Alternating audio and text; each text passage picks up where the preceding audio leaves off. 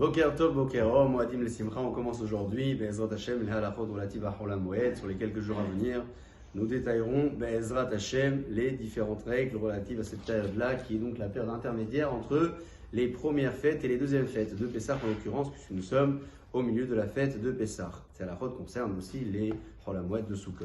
Yamim, Sheben Harishon, Vashivi, Shel Pessah, les jours intermédiaires entre les premiers et les derniers jours de la fête de Pessah, s'appellent donc les période de Chol HaMoed, que la Torah considère comme Mikra Kodesh. D'ailleurs, on a lu ce matin dans le deuxième Sefer Torah le passage qui lui était relatif à la fête elle-même. On considère donc ce moment, cette période, comme un jour, une journée, des journées dans lesquelles il est interdit de travailler, hormis les cas exceptionnels où une personne risque par exemple de perdre son emploi. Lorsqu'on parle d'un travail, on parle même d'une tâche ménagère importante à la maison ou des travaux de bricolage.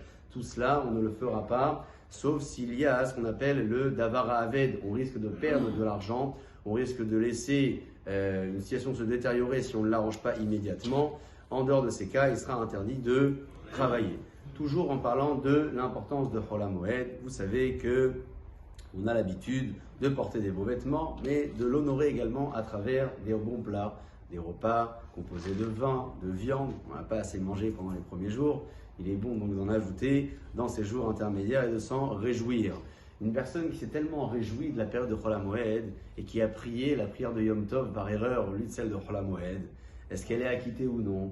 Al-Pi Halacha, elle ne sera pas acquittée. Il faudra reprendre la Tfila au départ, donc la Hamida au départ, et prier la Hamida avec toutes les modifications qu'elle comprend. La première, le Moridatal, la seconde, le Barecheno, et enfin la troisième modification, le Yarle Viavo, sans dire le Yom Tov, mais en disant uniquement Beyom, Ikrako, Deshazé, Vruchim Tiyu.